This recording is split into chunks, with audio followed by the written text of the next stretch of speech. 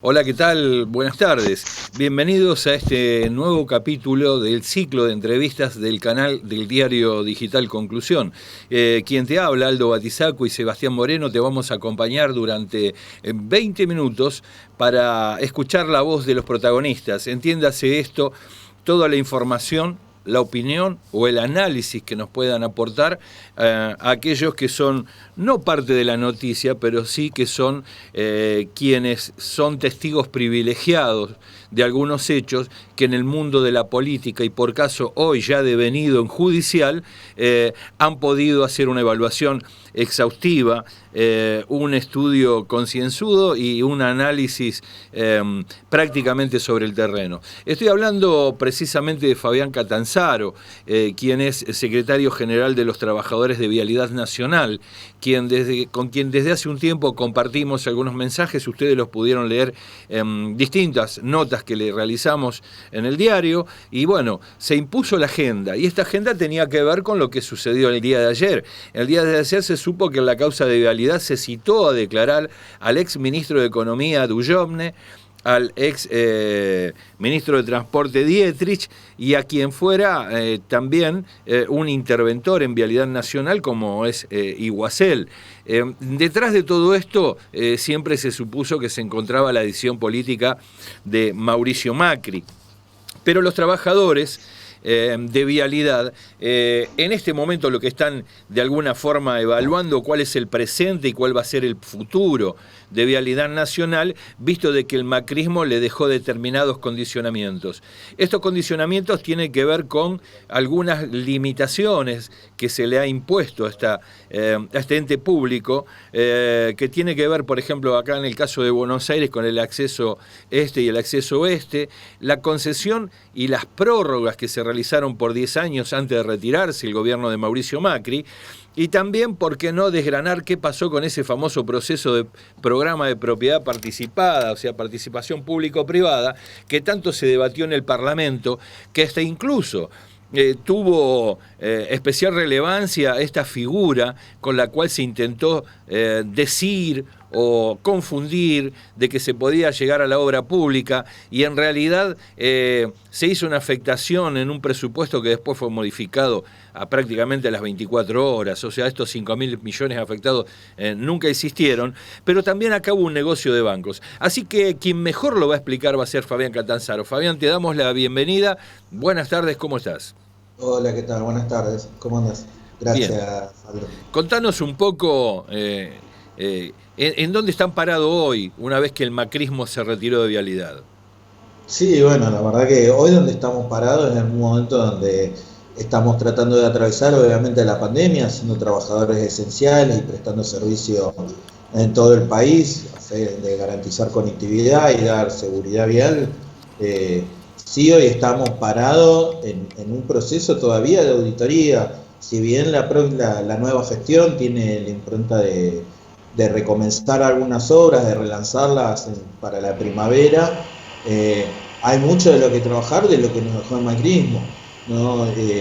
Lamentablemente hoy estamos atravesando, como vos decías, ¿no?, el proceso judicial sobre el tema de Ausol y del acceso oeste, que son dos puntos neurálgicos porque es donde pasa la mayor cantidad de tránsito del país, cientos de miles de autos por día, donde era un negocio extraordinario y donde el grupo Sogma sacó su tajada vendiendo acciones por más del 400% de su valor de mercado, luego de la asunción de Macri, llegando a llevarse 20 millones de dólares en una operación donde todos tuvieron su tajada, ¿no? Entonces el grupo Ausol le reconoció una deuda de 5.000 millones de dólares, de 500 millones de dólares, perdón, prorrogándole la concesión por resolución de la administración.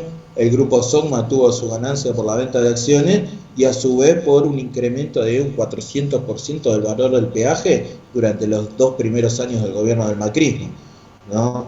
Entonces creemos que eso está de más claro, y sobre todo viendo cuál es el otro citado a declarar, ¿no?, que es el Ricardo Stoddard, que fue el gerente de jurídicos de vialidad durante el macrismo, que venía de justamente estar en el estudio que defendía a Ausol hasta el 2015. Así que la verdad que son bastante espurios estos vínculos y son los que nosotros tratamos de poner de manifiesto constantemente durante los 4 años. Y hoy no es una cuestión de quedarnos anclados en eso, sino es que justamente todas estas cuestiones son las que hoy están dinamitando una posible gestión, más allá de la pandemia, más allá de lo presupuestario. El daño que se hizo es muy grande porque se afectó a toda la obra pública en la Argentina de la mano del ministro Dietrich, ¿no? La reducción de los aviones, que hoy vemos en la situación en la que están, vemos la situación hídrica de la Argentina, que tampoco ha mejorado. Entonces, la verdad es que recuperar un Ministerio de Obras Públicas nos sirve para encaminar esto. Ahora bien, Vialidad ha tenido esto, ha tenido el programa de participación público-privada, que es, como vos decías, un gran negocio financiero, al fin y al cabo, y que según los lineamientos que vienen del Ministerio de Obras Públicas, ahora en el mes de agosto se va a caer. Recordemos que la participación público-privada es lo que venía a suplantar el modelo de concesiones de los 90. Exacto. ¿Sí? Las concesiones viales en ese programa tenían otra característica que hoy lo lleva a ser un negocio financiero a través del sistema PPP. ¿Por qué? Porque a la empresa se le otorga la concesión y tiene que hacer unas obras, pero esas obras tienen que estar todas bancadas por el sistema financiero.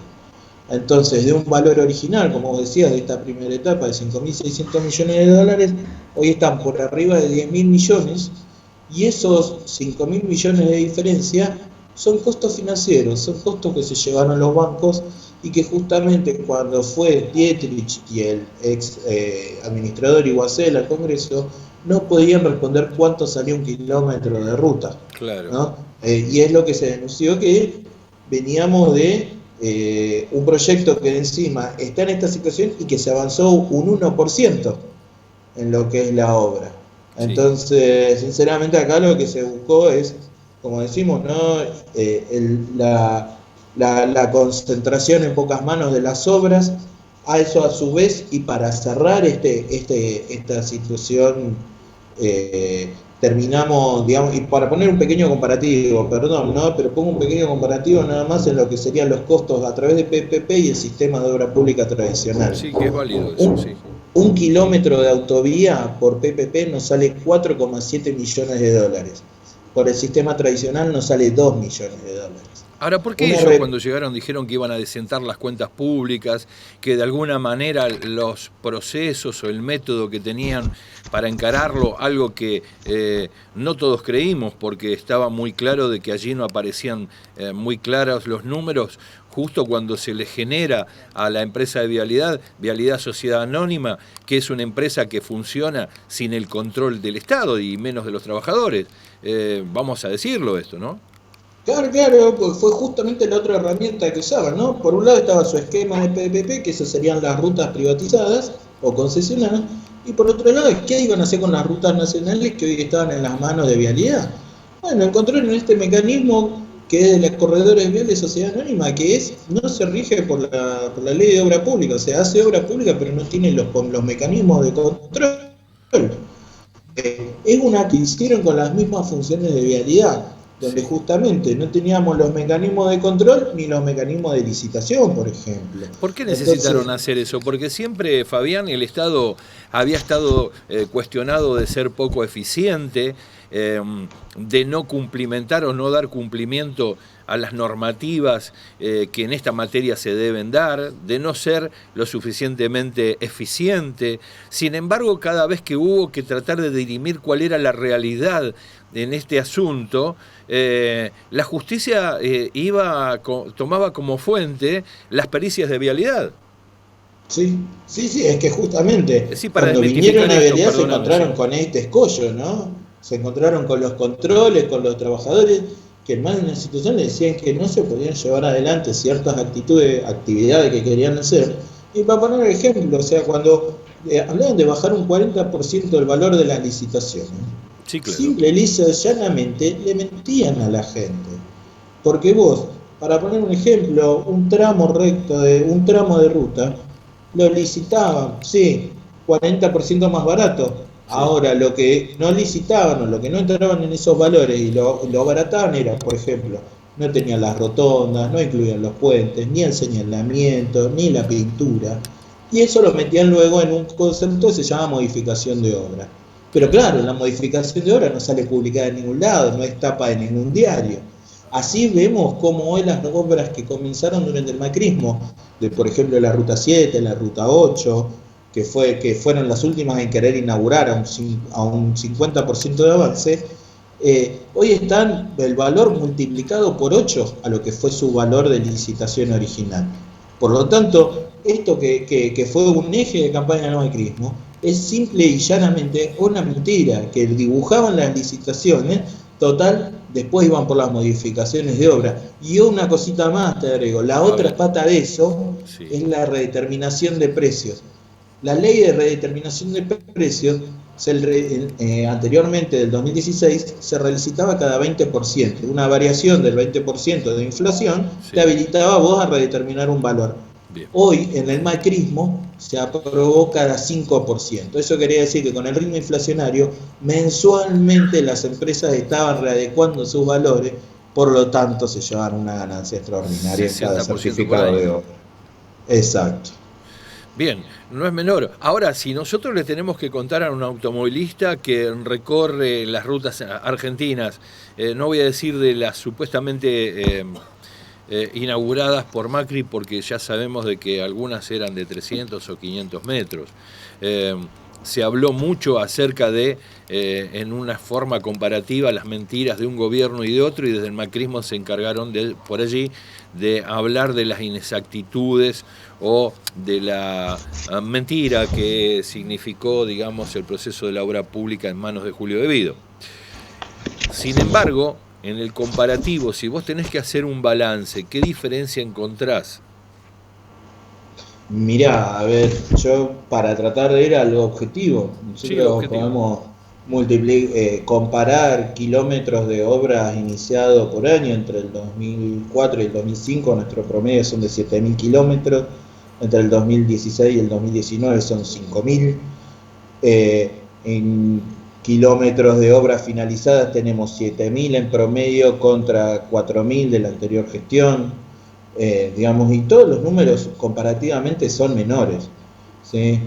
Kilómetros de autopista o de la que sea. El tema acá de lo comparativo a veces es medio raro, ¿no? Porque las obras viales son de larga duración. Por ejemplo, Perovialidad durante la época de Néstor y Cristina tuvo, recordemos, ¿no?, la Ruta 14, que es la ruta del Mercosur, la ampliación de la General Paz, el puente La Noria, que casualmente terminó inaugurando Macri, pero que se hizo en la anterior gestión, la Ruta 40 como una ruta icónica. Parece que el pensarlo y cómo se plantea estratégicamente estos organismos o las trazas, ahí es lo que vemos, mientras que comparativamente a estas rutas, tal vez que yo podría decir icónicas del kirchnerismo, mientras que durante el macrismo sus proyectos se han centrado en la salida de la producción al puerto de Rosario. Claro. Eso es a lo que se apuntaba en los 4 años de tratar de fortalecer, porque como yo te digo, y como vos has visto y han salido los valores por todos los medios, se han hecho 300 kilómetros. O sea, es muy poco lo que se ha hecho. Entonces, hoy tenemos un gran embrollo, porque Vialidad hoy tiene una gran deuda, porque también el macrismo lo que dejó de hacer es dejar de pagarle a las contratistas. Entonces muchas obras se pararon en los últimos 8 meses de macrismo, y hoy estamos hablando de una deuda de aproximadamente 17.000 millones de pesos, que hoy tiene Vialidad. Por eso les digo, o sea, qué condicionado que quedamos para el presente y ni hablar del futuro. Ahora, sí lo que tenemos que desarmar es esta matriz. O sea, esta matriz que no solamente tiene que ver con nosotros, sino tiene que ver con un mecanismo que se ha armado para que las empresas hoy, las grandes contratistas, generen aún una mayor concentración, porque las PPP lo que generaban eran grandes obras millonarias, entonces tenían que formar UTEs entre grandes empresas. Jamás era una concepción distinta de la obra pública ni nada, que es la que nosotros apoyamos, obviamente, ¿no?, con cooperativas, con pymes, pero esa matriz es la que hay que desarmar. Y eso tiene que ir, por un lado, desarmar corredores viales, esa caja negra que había armado el macrismo, desestructurar y terminar de desarmar, también desarticular todo el tema de las concesiones y del peaje, porque acá también hay otra discusión, ¿no? De por qué los usuarios seguir pagando peaje hoy cuando cuando ya esos fondos vienen por otros impuestos para los mantenimientos de las rutas. Eso hay una larga que nosotros venimos trabajando con la gente de los usuarios viales, la Confederación de Usuarios Viales, y que de verdad nos ayuda a repensar del por qué y para qué usamos nuestras rutas, ¿no? Y por lo tanto nuestras vías de comunicación y de pensar en un desarrollo o en un proyecto de desarrollo. No nos parece menor estas discusiones porque es donde encontramos la discusión de fondo, de base, ¿a quién va la plata hoy? O si va a las empresas, a las que la fugan, como el caso, por ejemplo, de Ausol, nuevamente para retomar el comienzo, donde hay fuertes indicios de que Ausol entró al blanqueo, y nosotros nos preguntamos, ¿no? Si una empresa que cobra el peaje y entró al blanqueo, ¿de dónde salió la plata para blanquear? Perfecto. Y recordemos que esa plata es la que no se usa para las obras de mantenimiento de la parte concesionada también, ¿no? Seguro. Bueno, son todos interrogantes y te invito, Fabián, por una cuestión de tiempo, seguramente la justicia va a seguir investigando y va a seguir, en algún momento se va a pronunciar, pero este es una etapa en la cual imagino que se está en la sustanciación de pruebas. Eso hace pensar que en no mucho tiempo más algunas novedades vamos a tener. Presentado el tema, lo que te invito es a que en 15, 20 días estemos hablando de nuevo para saber en qué se pudo avanzar, qué formas encontraron ustedes para sortear todo este andamiaje distorsivo que tienen dentro de Vialidad y qué se puede hacer o qué está haciendo el gobierno para empezar a revertir esta situación que ha sido tan gravosa, o lo es ya y lo será para los argentinos, y tan incómoda para los trabajadores de Vialidad, ¿no? Sí, sin duda, a tu disposición, Aldo, y como siempre, nosotros creemos que acá el camino pasa por generar un camino paralelo, valga la redundancia, con la gente del ministerio, con las autoridades de Vialidad, y de poder saber que tenemos un recurso estratégico que lo podemos poner en función de un proyecto y del pueblo argentino.